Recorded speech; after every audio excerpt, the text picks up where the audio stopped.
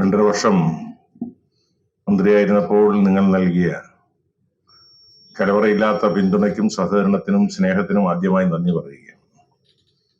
LDF-ന്റെ ധാരണ പ്രകാരമുള്ള കാലാവധി പൂർത്തിയാക്കിയാണ് ഞാൻ 24-ാം തീയതി ബഹുമാനപ്പെട്ട മുഖ്യമന്ത്രിക്ക് രാജി സമർപ്പിച്ചത്. ഏറെ വെല്ലുവിളികൾ നിറഞ്ഞ ഒരു വകുപ്പായിരുന്നു എന്നുള്ളത് നിങ്ങൾ തന്നെ മന്ത്രിസ്ഥാനം ഏറ്റെടുക്കുമ്പോൾ എഴുതിയതാണ്. എന്നാൽ പ്രതീക്ഷിച്ച പോലുള്ള അത്ര വലിയ വെല്ലുവിളികൾ നേരിടേണ്ടി വന്നില്ല എന്നുള്ളതാണ് എൻ്റെ അനുഭവത്തിന് എനിക്ക് പറയാനുള്ളത്. എന്നാൽ ഈ ചുരുങ്ങിയ കാലഘട്ടത്തിനുള്ളിൽ നിരവധിയായ പ്രവർത്തനങ്ങൾ ഗതാഗത വകുപ്പിൽ, മോട്ടോർ വാഹന വകുപ്പ്, KSRTC, water transport, Sreechitra engineering college തുടങ്ങി നിരവധിയായ സംവിധാനങ്ങളാണ് ഗതാഗത വകുപ്പുമായി ബന്ധപ്പെട്ട പ്രവർത്തന മേഖല. ചുരുങ്ങിയ സമയം കൊണ്ട് തന്നെ 2.5 കൊല്ലം കൊണ്ട് തന്നെ നിരവധിയായ മാറ്റങ്ങൾ എല്ലാ മേഖലയിലും കൊണ്ടുവരാൻ കഴിഞ്ഞതിലുള്ളൊരു ആത്മസംതൃപ്തിയോടെയാണ് ഞാൻ പടിയിറങ്ങിയത്. എത്ര കാലം മന്ത്രിയായിരിക്കുന്നതല്ല എന്നുള്ളതല്ല, മന്ത്രിയായിരിക്കുമ്പോൾ എന്ത് ചെയ്യുന്നു എന്നുള്ളതാണ് ഏറ്റവും പ്രധാനം. അക്കാര്യത്തിൽ എനിക്ക് ആത്മാഭിമാനത്തോടെ തന്നെയാണ് ഞാൻ മന്ത്രിസ്ഥാനത്ത് നിന്ന് നേരത്തെ നിശ്ചയിച്ച കാലാവധി പൂർത്തിയാക്കി. അതിനേക്കാളും കൂടുതൽ ബോണസായിട്ടൊരു മാസവും ഒരാഴ്ചയും കൂടിയാണ് എനിക്ക് കിട്ടിയത്. അപ്പൊ അങ്ങനെ സാധാരണഗതിയിൽ അത് ഉണ്ടാകാറില്ല. എന്നാൽ നവകേരള സദസ്സിന്റെ ഭാഗമായി കൂടിയാകാം എന്നെ തുടരാനാണ് ബഹുമാന മുഖ്യമന്ത്രി ആവശ്യപ്പെട്ടത്.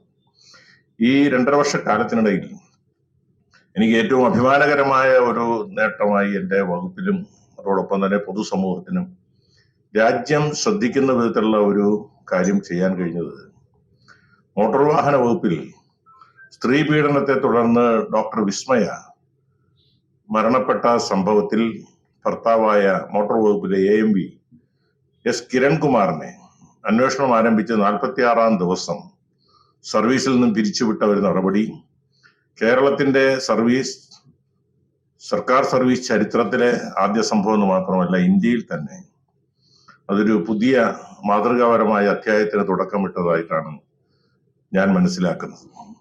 മറ്റ് പല കാര്യങ്ങൾ വകുപ്പിൽ ചെയ്തിട്ടുണ്ടെങ്കിലും എന്നെ സംബന്ധിച്ച് ഏറ്റവും അഭിമാനകരമായ, ഈ രാജ്യത്തിന് എല്ലാ കാലത്തും ഓർമ്മിക്കാൻ കഴിയുന്ന ഒരു നടപടിയായിട്ടാണ് ഞാൻ അതിനെ കാണുന്നത്. 1961 മുതൽ സർവീസ് റൂൾസിൽ ഇത്തരം നടപടികളെടുക്കാനുള്ള വകുപ്പുണ്ടായിട്ടും ആദ്യമായി ആ വകുപ്പ് പ്രയോഗിക്കാൻ കഴിഞ്ഞത്, അങ്ങനെ ചരിത്രത്തിന്റെ ഭാഗമാകാൻ കഴിഞ്ഞതിൽ എനിക്ക് ആത്മസംതൃപ്തിയുണ്ട്. അതിനെ തുടർന്ന് പിന്നെ ചില വകുപ്പുകളിൽ ഈ നടപടികൾ കൈക്കൊണ്ടതായിട്ടാണ് പിന്നീട് ഞാൻ മനസ്സിലാക്കിയത്. അതുപോലെ KSRTC എന്നും വാർത്തകളിൽ നിറഞ്ഞു നിന്ന ഒരു വകുപ്പാണ്. അതിൽ എനിക്കും നിങ്ങൾക്കും ഒരുപോലെ തുല്യമായ പങ്കുണ്ട് വാർത്തയിൽ ഇടം പിടിക്കാൻ. അതിന് കാരണങ്ങളുമുണ്ട്. കാരണം KSRTC ചരിത്രത്തിലെ ഏറ്റവും കൂടുതൽ മാറ്റങ്ങൾക്ക് വിധേയമായ ഒരു കാലഘട്ടമായിരുന്നു കഴിഞ്ഞ 2.5 വർഷക്കാലം. KSRTC ചരിത്രത്തിൽ ആദ്യമായി പ്രൊഫഷണലുകളെ മാത്രം ഉൾപ്പെടുത്തിക്കൊണ്ടുള്ള ഡയറക്ടർ ബോർഡ് പുനഃസംഘടിപ്പിച്ചത് ഞാൻ മന്ത്രിയായി 30/7/2021 മെയ് മാസമാണ് ഞാൻ മന്ത്രിയായത്. കടുത്ത വെല്ലുവിളിയും കടുത്ത പ്രതിഷേധവും അഭിമുഖീകരിച്ചുകൊണ്ട് തന്നെയാണ്, ആ വെല്ലുവിളി നേരിട്ടുകൊണ്ട് തന്നെയാണ് ആ പ്രൊഫഷണൽ അംഗങ്ങളെ മാത്രം ഉൾപ്പെടുത്തി ബോർഡ് രൂപീകരിക്കാൻ തീരുമാനിച്ചത്. അത് വേണ്ട മുഖ്യമന്ത്രി അതിന് കലവറയില്ലാത്ത പിന്തുണ നൽകി. അതുപോലെ തന്നെ നിലവിൽ ഞാൻ മന്ത്രിയായി വരുമ്പോൾ അംഗീകൃത ട്രേഡ് യൂണിയനുകൾക്ക് ഉൾപ്പെട്ട 340 പേർക്കാണ് പ്രൊട്ടക്ഷൻ, യൂണിയൻ നേതാക്കന്മാർക്ക് പ്രൊട്ടക്ഷൻ ഉണ്ടായിരുന്നു. സാധാരണഗതിയിൽ 340 കുറയ്ക്കാൻ ആരും അനുവദിക്കില്ല. എന്നാൽ അതിനെ 50 താഴ്ത്തി കൊണ്ടുവരാൻ കഴിഞ്ഞു. അതും ഒരുപാട് വെല്ലുവിളികൾ നേരിട്ട് തന്നെയാണ് അതും നടപ്പിലാക്കാൻ കഴിഞ്ഞത്. KSRTCയുടെ വളർച്ചയ്ക്കും ഗതാഗത സൗകര്യം, പൊതുഗതാഗത സൗകര്യം മെച്ചപ്പെടുന്നതിന് വേണ്ടി ഗവൺമെന്റ് ഉടമസ്ഥയിലുള്ള പുതിയ സ്വതന്ത്ര കമ്പനിയായ KSRTC സ്വിഫ്റ്റ് രൂപീകരിച്ച് അതിന്റെ പ്രവർത്തനം ആരംഭിച്ചു. അതുപോലെ തന്നെ 93 ഡിപ്പോകളിൽ വ്യാപിച്ചു കിടന്ന ഭരണപരവും അക്കൗണ്ടിംഗ് സംബന്ധവുമായ കാര്യങ്ങൾ നിർവഹിക്കാനുള്ള ഓഫീസുകളെ കേരളത്തിലെ 15 ഓഫീസുകളിലേക്കായിട്ട് ചുരുക്കി പരിമിതപ്പെടുത്തി. വികേന്ദ്രീകൃതമായി പ്രവർത്തിച്ചിരുന്ന 94 വർക്ക്ഷോപ്പുകളുടെ എണ്ണം 22 കുറയ്ക്കാൻ കഴിഞ്ഞു. ഏറ്റവും 12 വർഷക്കാലമായി നടപ്പിലാക്കാതിരുന്ന ശമ്പള പരിഷ്കരണം 13.5 കോടി രൂപയുടെ അധിക സാമ്പത്തിക ബാധ്യത ഏറ്റെടുത്തുകൊണ്ട് ശമ്പള പരിഷ്കരണം യാഥാർത്ഥ്യമാക്കി. സുശീൽ ഖന്ന റിപ്പോർട്ടിലെ പ്രധാന നിർദ്ദേശമായ സിംഗിൾ ഡ്യൂട്ടി സമ്പ്രദായം നടപ്പിലാക്കാനുള്ള നടപടികൾ ആരംഭിച്ചു. ചില ഡിപ്പോകളിൽ അത് പ്രവർത്തനം തുടങ്ങിയിട്ടുണ്ട്. ഞാൻ വരുമ്പോൾ ബാങ്ക് കൺസോർഷ്യത്തിൽ നിന്നും എന്റെ പൂർവികന്മാർ എടുത്തിരുന്ന കടം 3150 കോടി രൂപയായിരുന്നു 31/5/21. അത് അതിന്റെ പലിശ മുഴുവൻ കാലഘട്ടം തിരിച്ചടച്ചതിന് പുറമെ അത് 3150 എന്നുള്ളത് 2893 കോടി രൂപയായി കുറയ്ക്കാൻ കഴിയും ഈ 2.5 വർഷത്തിനുള്ളിൽ, ഈ സാമ്പത്തിക പ്രതിസന്ധികളുടെ നടുവിൽ. അതുപോലെ ഞാൻ വരുമ്പോൾ 2013-14 വരെയുള്ള ഓഡിറ്റ് മാത്രമാണ് നടത്തിയിരുന്നത്. എന്നാൽ ഇപ്പോൾ ഉള്ളത് 2021-22 വരെയുള്ള ഓഡിറ്റ് പൂർത്തിയാക്കി AGക്ക് സമർപ്പിക്കാനും IT GST റിട്ടേണുകൾ അപ്ഡേറ്റ് ചെയ്ത് കൊടുക്കാനും കഴിഞ്ഞിട്ടുണ്ട്. പ്രതിമാസ ലക്ഷ്യം ഇട്ടിരുന്നത് വരുമാനം 240 കോടി എന്നുള്ളതായിരുന്നു. അത് 2023 ഡിസംബറിൽ ആ നേട്ടം ചരിത്രത്തിൽ ആദ്യമായി KSRTC കൈവരിക്കുകയാണ്. അതുപോലെ തന്നെ KSRTC ചരിത്രത്തിലെ ഏറ്റവും കൂടിയ പ്രതിദിന വരുമാനം ആയ 9.55 കോടി രൂപ കളക്ഷൻ കൈവരിച്ചത് ഞാൻ രാജി സമർപ്പിക്കുന്ന എന്റെ തലേദിവസമായിരുന്നു. ഒരിക്കലും KSRTC ചരിത്രത്തിൽ ഒരു ദിവസം 9.55 കോടി സമാഹരിക്കാൻ കഴിഞ്ഞിട്ടില്ല. അതുപോലെ തന്നെ KSRTCയുടെ ഗതാഗതോപരി ചുമതല എടുക്കുമ്പോൾ 3000-ൽ പരം ബദലി വർക്കർമാർ 10, 15, 20 വർഷം ജോലി ചെയ്ത ബദലി വർക്കർമാർ പുറത്തായിരുന്നു. അവരെ പിരിച്ചുവിട്ടിരുന്നു. LDFന്റെ വാഗ്ദാനം, പ്രകടന പത്രിക നൽകിയ വാഗ്ദാനം അനുസരിച്ച് ആ 3000-ൽ പരം ബദലി വർക്കർമാർക്ക് പുനർനിയമനം ഈ 2.5 വർഷത്തിനിടയ്ക്ക് നടത്താൻ കഴിഞ്ഞു.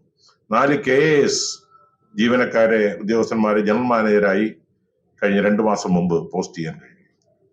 KSRTCയുടെ ഇന്ധന പമ്പുകൾ KSRTC ബസ്സുകൾക്ക് മാത്രമായി നിറയ്ക്കാനാണ് ഇതുവരെ അങ്ങനെയാണ് നിശ്ചയിച്ചിരുന്നത്. എന്നാൽ ഞാൻ വന്നതിന് ശേഷം ഈ ഇന്ധന പമ്പുകൾ യാത്രാ ഫ്യൂവൽസ് ആക്കി മാറ്റി പൊതുജനങ്ങൾക്ക് കൂടി ഇന്ധനം നിറയ്ക്കുന്നതിനുള്ള സംവിധാനം ഉണ്ടാക്കി. പൊതുജനങ്ങൾക്ക് ശുദ്ധമായ ഇന്ധനം ലഭിക്കാനും KSRTCക്ക് അധിക വരുമാനം ലഭിക്കാനും ഇടയാകുന്ന വിധത്തിലുള്ള യാത്രാ ഫ്യൂവൽസ് ആരംഭിച്ചു.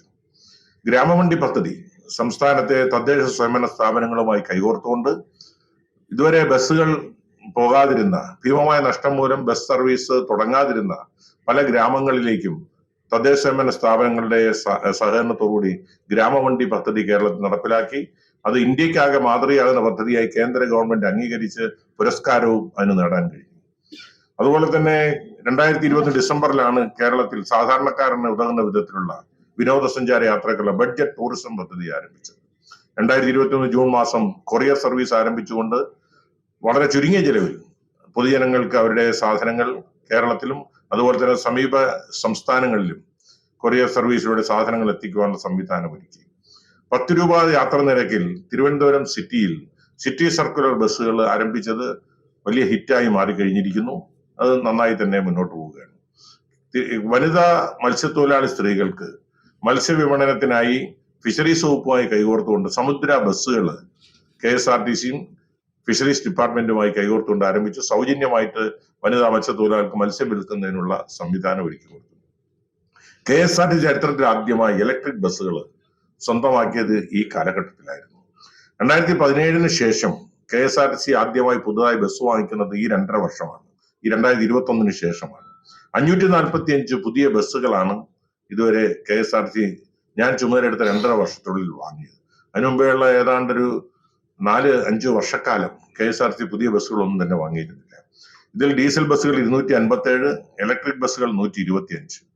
2 മാസത്തിനുള്ളിൽ എത്തിച്ചേരുന്ന ഡീസൽ ബസ്സുകൾ 123, 2 മാസത്തിനുള്ളിൽ എത്തിച്ചേരുന്ന ഇലക്ട്രിക് ബസ് 38, 1 മാസത്തിനുള്ളിൽ എത്തിച്ചേരാൻ പോകുന്ന ഇലക്ട്രിക് ഡബിൾ ഡെക്കർ ബസ് അത് കേരളത്തിൽ ആദ്യമായിട്ടാണ്.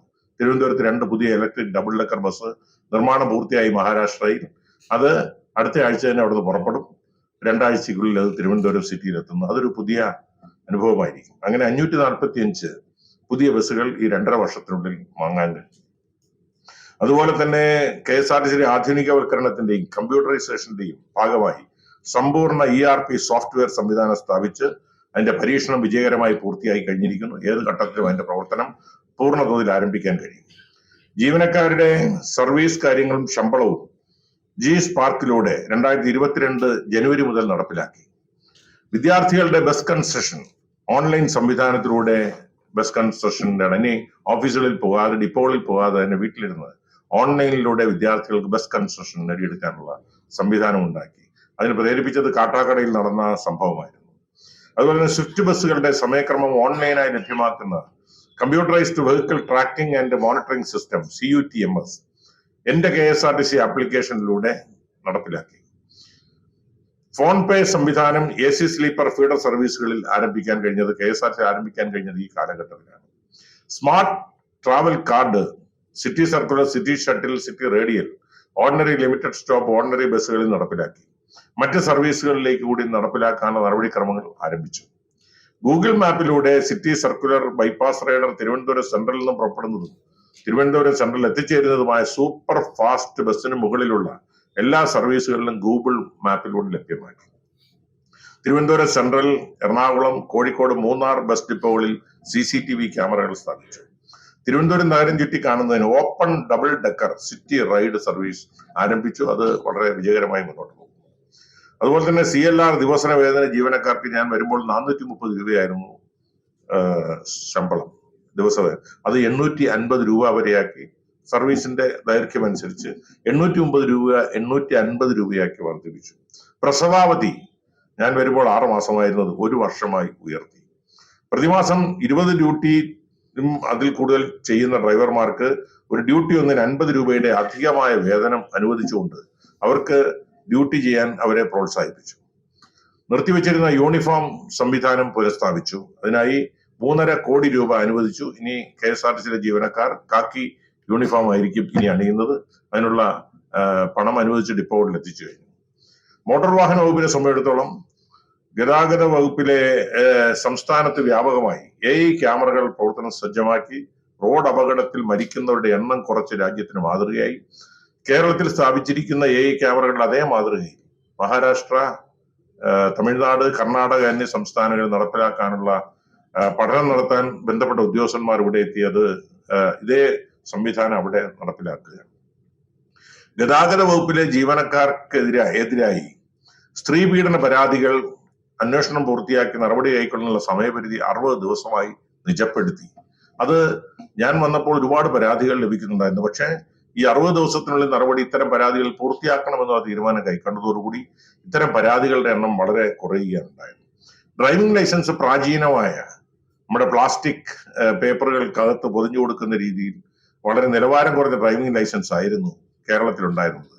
എന്നാൽ 6 മാസം മുമ്പ് രാജ്യാന്തര നിലവാരമുള്ള ലോകത്തെ ഏറ്റവും നല്ല നിലവാരമുള്ള ഡ്രൈവിംഗ് ലൈസൻസും RC ബുക്കുകളും സ്മാർട്ട് കാർഡുകളാക്കി മാറ്റി അതിന്റെ വിതരണം ആരംഭിച്ചു.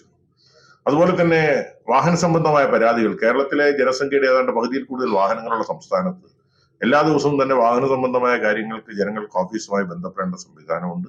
ഒരുപാട് പ്രശ്നങ്ങളുണ്ടായിരുന്നു. ഇത് പരിഹരിക്കുന്നതിന് വേണ്ടി ഞാൻ ഗതാഗത മന്ത്രി എന്ന നിലയ്ക്ക് ഞാനും വകുപ്പ് സെക്രട്ടറിയും ട്രാൻസ്പോർട്ട് കമ്മീഷണറും എല്ലാ ജില്ലകളിലും 1 വർഷം നീണ്ടുനിന്ന വാഹനീയം പരിപാടി ജില്ലാ തലത്തിൽ അദാലത്തുകൾ നടത്തി 8362 പരാതികൾക്ക് തീർപ്പ് കൽപ്പിച്ചു. ഒരു ജില്ലയിൽ ഒരു ദിവസം. ഭിന്നശേഷിക്കാരുടെ യാത്രാ സൗജന്യങ്ങൾ വളരെ വിപുലീകരിച്ചു പല മേഖലകളിലും. അതുപോലെ 90% മോട്ടോർ വാഹന സംബന്ധമായ സേവനങ്ങളും ഓൺലൈനാക്കി മാറ്റാൻ കഴിഞ്ഞു. വിദ്യാഭ്യാസ സ്ഥാപനങ്ങളുടെ വാഹനങ്ങൾ രക്ഷകർത്താക്കൾക്കും സ്കൂൾ അധികൃതർക്കും നിരീക്ഷിക്കുന്നതിനായി വിദ്യാവാഹിനി മൊബൈൽ ആപ്പ് പ്രവർത്തനം ആരംഭിച്ചു. രക്ഷകർത്താക്കൾക്ക് അത് സൗജന്യമാക്കി.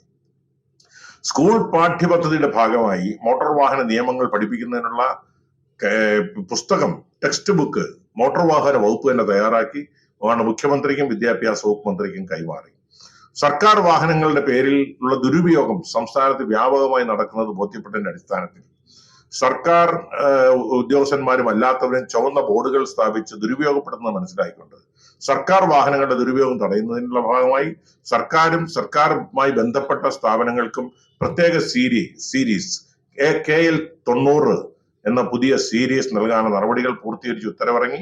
അതിനുവേണ്ടി മാത്രമായി ഒരു പുതിയ ഓഫീസ് തിരുവനന്തപുരത്ത് അനുവദിക്കുകയും ചെയ്തു.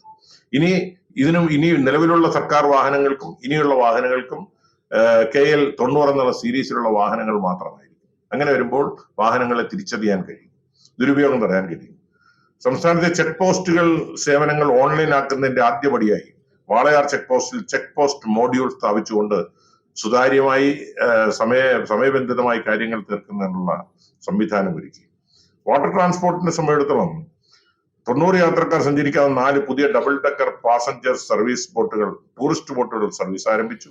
ഇന്ത്യയിലെ ആദ്യ സോളാർ ക്രൂയിസ് ബോട്ട് കഴിഞ്ഞ ആഴ്ച നമ്മുടെ നവകേരള സദസ്സിന്റെ ഭാഗമായി ആലപ്പുഴയിൽ എത്തിയപ്പോൾ കഴിഞ്ഞ 12 ഡിസംബറിൽ അതിന്റെ സർവീസ് ആരംഭിച്ചു. ആലപ്പുഴ പോണിക്കരയിൽ 7.78 കോടി രൂപ മുടക്കി ആദ്യത്തെ പൊതുമേഖലയിലെ ഡ്രൈ ഡോക്ക് മോട്ടോർ നമ്മുടെ വാട്ടർ ട്രാൻസ്പോർട്ടിന്റെ ഡിപ്പാർട്ട്മെന്റിന്റെ കീഴിൽ തുടങ്ങി. വൈറ്റില ഹബിൽ നിന്ന് കാക്കനാട്ടേക്കും എറണാകുളം വരാപ്പുഴ സർവീസുകളും ആരംഭിക്കാൻ കഴിഞ്ഞു. ആധുനിക സുരക്ഷാ സംവിധാനത്തോടുകൂടിയ 100 പാസഞ്ചർ കപ്പാസിറ്റിയുള്ള ഒരു കാറ്റമറൈൻ ബോട്ടും 75 കപ്പാസിറ്റിയുള്ള കാറ്റമറൈൻ ബോട്ട് ഒരെണ്ണവും 75 കപ്പാസിറ്റിയുള്ള സോളാർ ബോട്ട് ഒരെണ്ണവും സോളാർ ഇലക്ട്രിക് ബോട്ട് ഉണ്ടെന്ന് അങ്ങനെ 5 എണ്ണം നിർമ്മാണം ഏതാണ്ട് പൂർത്തിയായി നീറ്റിലിറക്കാനുള്ള ഘട്ടത്തിലാണ്.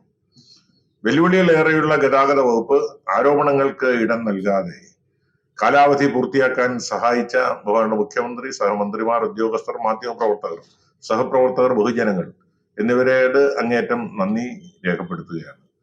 ഏതായാലും വകുപ്പുമായി ബന്ധപ്പെട്ട കാര്യങ്ങൾക്കപ്പുറത്തേക്ക് തിരുവനന്തപുരം നഗരത്തിന്റെ ഹൃദയഭാഗത്തെ ഏറ്റവും വലിയ ട്രാഫിക് കുരുക്ക് അനുഭവപ്പെട്ടുകൊണ്ടിരുന്ന ഇഞ്ചക്കൽ ഫ്ലൈ ഓവർ എത്രയോ കാലമായുള്ള ആവശ്യമായിരുന്നു. മന്ത്രിയായി ചുമതലയേറ്റെടുത്തതിനു ശേഷം കേന്ദ്രമന്ത്രി നിതിൻ ഗഡ്കരിയെയും കണ്ട്, അതുപോലെ നാഷണൽ ഹൈവേ അതോറിറ്റി ചെയർപേഴ്സണെയും കണ്ട് വ്യക്തമായ പ്രോജക്ട് റിപ്പോർട്ട് തയ്യാറാക്കി നൽകിയതിന്റെ ഫലമായി ആ ഫ്ലൈ ഓവറിനുള്ള ഇഞ്ചക്കൽ ഫ്ലൈ ഓവർ യാഥാർത്ഥ്യമാവുകയാണ്. അതിന്റെ ടെൻഡർ നടപടികളിലേക്ക് കടക്കുകയാണ്. അതോടൊപ്പം തന്നെ തിരുവല്ലത്തെ ട്രാഫിക് സംവിധാനത്തിലുണ്ടാക്കിയ അപാകത പരിഹരിക്കാൻ എഞ്ചിനീയറിംഗ് സൊല്യൂഷൻ രൂപപ്പെടുത്തി അതിനുള്ള അനുമതി നൽകിയിട്ടുണ്ട്. ആനയറയിലും ഒരു സംവിധാനത്തിന് ഗവൺമെന്റ് അനുവദിച്ചിട്ടുണ്ട്. ഇതാണ് വകുപ്പുമായി ബന്ധപ്പെട്ട കാര്യങ്ങളിൽ എനിക്ക് പറയാനുള്ളത്. നിങ്ങൾ ഇതുവരെ നൽകിയ പ്രോത്സാഹനത്തിന് പിന്തുണയ്ക്കും നന്ദി രേഖപ്പെടുത്താൻ ഇവിടെ പറഞ്ഞതുപോലെ ഈ പ്രശ്നം ഉൾപ്പെടുന്ന മണ്ഡലത്തിലെ MLA എന്നുള്ള നിലയ്ക്ക് നിങ്ങളോടൊപ്പം ഇനിയും തുടർന്നും സജീവമായി തിരുവനന്തപുരം നഗരത്തിൽ തന്നെ ഉണ്ടാവും എല്ലാ പരിപാടികളിലും. സ്ഥലം MLA എന്നുള്ള നിലയ്ക്ക് എന്റെ സാന്നിധ്യം ഒഴിച്ചുകൂടാൻ പറ്റാത്തതാണെന്ന് എനിക്ക് തന്നെ അറിയാം. ഈ ബാംഗ്ലൂർ SM കണ്ണപ്പ എന്ന് പറയുന്ന ബസ് ബോഡി ബിൽഡേഴ്സ് ഒരു 50 കോടി രൂപ കുടിശ്ശിക കൊടുക്കാനുണ്ട്. അവരത് ആവശ്യപ്പെട്ടിട്ടുണ്ടെന്ന്. അത് തരാത്തത് കൊണ്ട് ഏതാണ്ട് നിർമ്മാണം പൂർത്തിയായ ഒരു 15ഓളം ബസ്സുകൾ അവർ പിടിച്ചു വെച്ചിരിക്കുകയാണ്. ഇതിലെന്തെങ്കിലും വാസ്തവം? എന്റെ ശ്രദ്ധയിൽ ഇതുവരെ അങ്ങനെ ഒരു ആവശ്യം ഉന്നയിച്ച ആരും വന്നിട്ടില്ല. എന്റെ ശ്രദ്ധയിൽപ്പെട്ടിട്ടില്ല.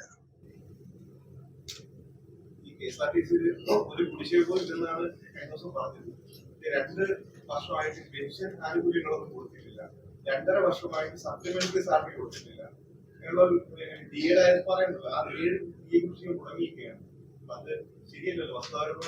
ഞാൻ പറഞ്ഞത് മനസ്സിലാക്കാതെ പോയതുകൊണ്ട് ഞാൻ പറഞ്ഞത് നാളിതുവരെയുള്ള ശമ്പള കുടിശ്ശിക 1 രൂപയുടെ പോലും ശമ്പള കുടിശ്ശിക വരുത്താതെയാണ് ഞാൻ 24-ാം തീയതി പടിയിറങ്ങിയത്. ശമ്പളം, സാലറി, മന്ത്ലി സാലറിയാണ് ഉദ്ദേശിക്കുന്നത്. സപ്ലിമെന്ററി എന്ന് ഞാൻ പറഞ്ഞിട്ടില്ല. ഞാൻ ശമ്പള കുടിശ്ശിക, അതാത് മാസം നൽകേണ്ട ശമ്പള കുടിശ്ശിക, അതാണല്ലോ എന്നും കുടിശ്ശിക, ശമ്പളം കിട്ടാതെ ജോലി എന്നുള്ള വാർത്തകളാണല്ലോ പ്രചരിപ്പിച്ചുകൊണ്ടിരുന്നത്. ഞാൻ വളരെ സൂക്ഷിച്ചാണ് പറഞ്ഞത്. ശമ്പള കുടിശ്ശിക 1 രൂപയുടെ പോലും ശമ്പള കുടിശ്ശിക ഇപ്പോഴും ഇല്ല. അല്ല, അതും ഞാൻ തർക്കിക്കുന്നില്ലല്ലോ. ഞാൻ പറഞ്ഞത് ശരിയല്ല എന്ന് പറഞ്ഞുകൊണ്ടാണ് ഞാൻ പറഞ്ഞത്. അങ്ങനെ പലതും കൊടുക്കാനുണ്ട്. എന്റെ പൂർവികന്മാരുണ്ടാക്കിയ പലതും ഉൾപ്പെടെയുള്ള കഥ ഞാൻ പറഞ്ഞല്ലോ. ശമ്പളം കൊടുക്കുക എന്നുള്ള കാര്യത്തിൽ ഇപ്പൊ ഞാൻ ഇറങ്ങുന്നത് വരെ ഇനി ചുമതല ഏറ്റെടുക്കുന്നയാൾക്ക് എന്റെ കാലഘട്ടത്തിൽ ഉണ്ടായിരുന്ന ശമ്പളം കൊടുക്കാൻ ഒന്നും ബാക്കി വെക്കാതെ ശമ്പള കുടിശ്ശിക മുഴുവൻ തീർത്തിട്ടാണ് ഞാൻ രാജിക്കത്ത് കൊടുത്തത്. കെ വി ഗണേഷ് കുമാർ പറഞ്ഞത് KSRTC ലാഭത്തിലാക്കാമെന്ന് പറയുന്നത് മണ്ടത്തരമാണ്. അങ്ങനെ ഒരു മണ്ടത്തരമൊന്നും ഞാൻ പറയില്ല എന്നായിരുന്നു കെ വി ഗണേഷ് കുമാർ പറഞ്ഞത്. താങ്കൾക്ക് അങ്ങനെ ഒരു അഭിപ്രായം? അല്ല, KSRTC ലാഭത്തിൽ ലക്ഷ്യമിട്ട് പോകേണ്ട ഒരു സ്ഥാപനമല്ല. ഇത് പൊതുഗതാഗത സംവിധാനം, പൊതുജനങ്ങൾക്ക് യാത്രാ സൗകര്യപ്രദമായ യാത്രാ സംവിധാനം ഒരുക്കുക. അപ്പൊ അതിനാണ് മുൻതൂക്കം കൊടുക്കുന്നത്. പൊതുജനാരോഗ്യം പോലെ, പൊതുവിദ്യാഭ്യാസം പോലെ പൊതുഗതാഗത സംവിധാനവും നമുക്ക് ആളുകൾക്ക്, പൊതുജനങ്ങൾക്ക് സുഗമമായി യാത്രാ സൗകര്യം ഒരുക്കുക എന്നുള്ളതാണ്. ലാഭമായിരിക്കരുത് ലക്ഷ്യം. ലാഭം ഉണ്ടാക്കാൻ ലോകത്തൊരിടത്തും പൊതുഗതാഗത സംവിധാനത്തിന് ലാഭം ഉണ്ടാക്കാൻ കഴിഞ്ഞിട്ടില്ല. അതുകൊണ്ട് ഈ കേരളത്തിൽ അങ്ങനെ പ്രതീക്ഷിക്കുന്നത് തെറ്റുമാണ്. അങ്ങനെ പ്രതീക്ഷിക്കേണ്ട കാര്യമില്ല. ലാഭമല്ലായിരിക്കണം, ലാഭം ലക്ഷ്യമിട്ട് പോകേണ്ട കാര്യമില്ല. കഴിയുന്ന നഷ്ടമില്ലാതെ കൊണ്ടുപോകാൻ കഴിയുമോ എന്നുള്ളതാണ് പരിശോധിക്കുന്നത്. ഏറ്റവും കൂടുതൽ സമരം നടത്തിയത് സർക്കാർ അനുകൂല സംഘടനകൾ തന്നെയാണ്. സംഘടനകളാണ് ഏറ്റവും കൂടുതൽ KSRTC ഇത്രയും വർഷവും സമരം നടത്തിയിട്ടുള്ളത്. അവരെ വിശ്വാസത്തിലെടുക്കാൻ കഴിയാതെ പോയത്? KSRTCയുടെ ജീവനക്കാരുടെ നന്മയെ കണക്കാക്കിയുള്ള നടപടികളും പ്രവർത്തനങ്ങളും തീരുമാനങ്ങളും മാത്രമാണ് ഗവൺമെന്റ് കൈക്കൊണ്ടിട്ടുള്ളത്. ഏതെങ്കിലും സമരത്തിന്റെ പേരിൽ ഏതെങ്കിലും തീരുമാനം ഗവൺമെന്റ് ഉപേക്ഷിച്ചിട്ടില്ല, മാറ്റിവെച്ചിട്ടില്ല. സമരം ചെയ്യാനുള്ള സ്വാതന്ത്ര്യ അവകാശമൊക്കെ ജീവനക്കാർക്കും സമരം നയിക്കാനുള്ള സ്വാതന്ത്ര്യം യൂണിയനുകൾക്കും കൊടുത്തിട്ടുണ്ട്. പക്ഷേ ഈ സ്ഥാപനം നിലനിർത്തുക എന്ന ലക്ഷ്യത്തോടു കൂടി നടത്തിയ പ്രവർത്തനങ്ങൾ അത് കാലം വിലയിരുത്തി പിന്നീട് അവർക്ക് ബോധ്യമായി. അതുകൊണ്ടാണ് ഈ അടുത്ത കാലത്തൊന്നും തന്നെ എടുത്ത നടപടികൾക്കെതിരെ ഒരു സമരത്തിനും ആരും തയ്യാറാകാതിരുന്നത്. സമരം നടത്തിയതിന്റെ പേരിൽ ഒരു തീരുമാനം ഗവൺമെന്റ് മാറ്റിയിട്ടില്ല. സമരം നടത്തുന്നവർ ഒരു വശത്ത് സമരം നടത്തും, ഭരണം മറുവശത്ത് സുഗമമായി തന്നെ നടന്നുകൊണ്ട്. ഈ നിയമസഭയ്ക്കകത്തും പുറത്തും പ്രതിപക്ഷത്തിൽ നിന്ന് വലിയ തരത്തിലുള്ള വിമർശനവും സമരങ്ങളും നേരിട്ട ഒരു വകുപ്പിന്റെ മന്ത്രി കൂടിയായിരുന്നു അതിന്റെ കാലഘട്ടത്തിൽ. ഒന്ന് ക്യാമറ സംബന്ധിച്ച് വലിയ തരത്തിലുള്ള വിമർശനം ഉണ്ടായി. പക്ഷെ അതിന്റെ പുതിയ റിപ്പോർട്ട് മന്ത്രി തന്നെ വ്യക്തമാക്കിയതാണ് അപകടങ്ങൾ കുറഞ്ഞു, അപകട മരണങ്ങൾ കുറഞ്ഞു. ഇത്രയും സതുദ്ദേശപരമായ ചില കാര്യങ്ങളിൽ കക്ഷി രാഷ്ട്രീയത്തിന്റെ ഇത് വെച്ചിട്ട് വലിയ വിമർശനം പ്രതിപക്ഷം നടത്തുന്നുണ്ട്. ഏറ്റവും കൂടുതൽ പ്രതിപക്ഷ നേതാവിനെ നേരിട്ട് പല വിമർശനവും ഉപയോഗിച്ചു. പ്രതിപക്ഷത്തിന്റെ ഈ സമീപനം തന്നെ ഇപ്പൊ അന്ന് പടിയിറങ്ങിയാണല്ലോ. കേരളത്തിന്റെ വികസനത്തിൽ പ്രതിപക്ഷത്തിന്റെ ചില സമീപനം ശരിയാണോ, പോസിറ്റീവാണോ നിങ്ങളുടെ അഭിപ്രായം? അല്ല, വികസന കാര്യങ്ങളിൽ ഒരിക്കലും ഇത്തരം ഒരു നിലപാടുകൾ സ്വീകരിക്കുന്നത് രാജ്യത്തിന്റെ മുന്നോട്ടുള്ള പ്രയാണത്തിന് ഗുണകരമായിരിക്കില്ല. ഏത് ഗവൺമെന്റ് ചെയ്താലും നല്ല കാര്യങ്ങളായിട്ട് അംഗീകരിക്കാനും അനാവശ്യമായ വിമർശനങ്ങളും വിവാദവും ഉയർത്തി അത്തരം നന്മ നിറഞ്ഞ പ്രവർത്തനങ്ങളെ താറടിച്ച് കാണിക്കാനുള്ള ശ്രമം ആര് കാണിച്ചാലും ശരിയല്ല. ഇപ്പോ ക്യാമറയെ സംബന്ധിച്ച് തന്നെ അതിനെതിരെ കോടതിയിൽ പോയിട്ട് കോടതിയിൽ അവസാനം പരിശോധനയ്ക്ക് വിധേയമാക്കിയപ്പോ അവരുടെ ഒരാവശ്യം പോലും ഇതുവരെ കോടതി അംഗീകരിച്ചിട്ടില്ല. എന്ന് മാത്രമല്ല, ക്യാമറ സ്ഥാപിച്ച കെൽട്രോണിന് അവരുടെ ഉപകരാറുകളെ സംബന്ധിച്ചുള്ള ആക്ഷേപങ്ങളൊക്കെ ഇവർ ഉന്നയിച്ചെങ്കിലും കെൽട്രോണിന് ചെലവായ തുക ഘട്ടം ഘട്ടമായി കൊടുക്കാനാണ് കോടതി പ്രത്യേകമായ ഉത്തരവ് തന്നിരിക്കുന്നത്. ഒരു സ്റ്റേ ഓർഡറും കോടതി നൽകിയിട്ടില്ല.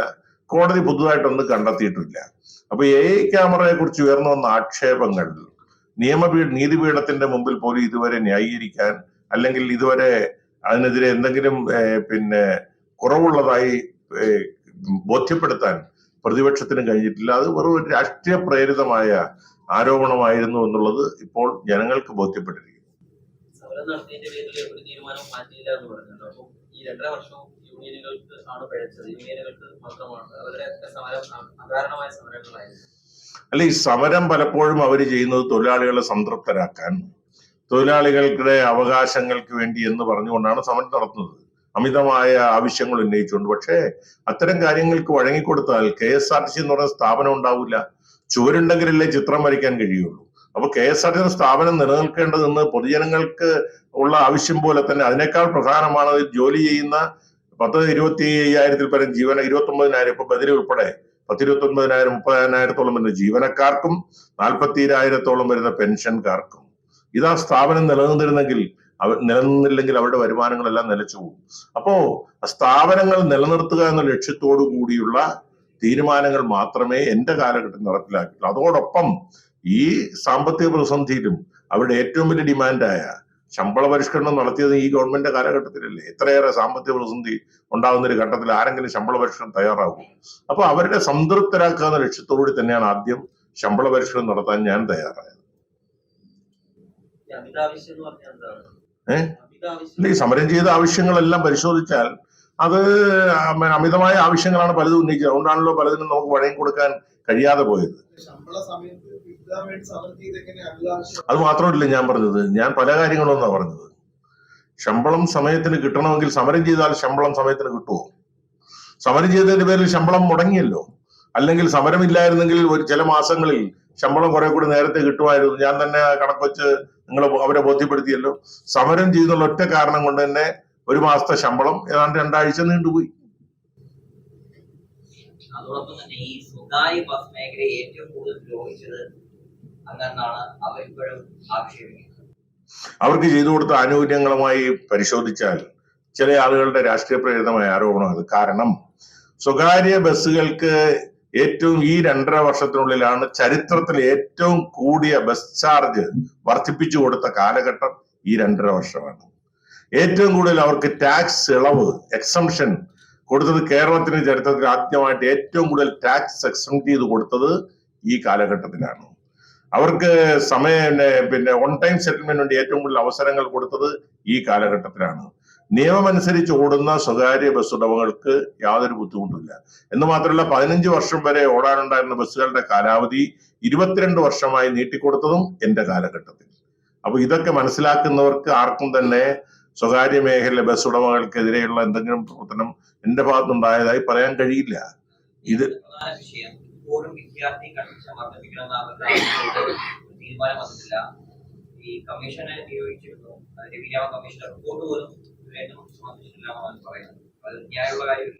വിദ്യാർത്ഥി കൺസെഷന്റെ കാര്യത്തിൽ ഞാൻ എന്റെ നിലപാട് പലപ്പോഴും പറഞ്ഞിട്ടുണ്ട്. പക്ഷേ കേരളത്തിലെ സാമൂഹ്യ പശ്ചാത്തലം വിദ്യാർത്ഥി കൺസെഷൻ വീണ്ടും അല്ലെങ്കിൽ വിദ്യാർത്ഥികളുടെ നിരക്ക് വർദ്ധിപ്പിക്കാനുള്ള ഒരു അന്തരീക്ഷമായിട്ട് എനിക്ക് തോന്നുന്നില്ല.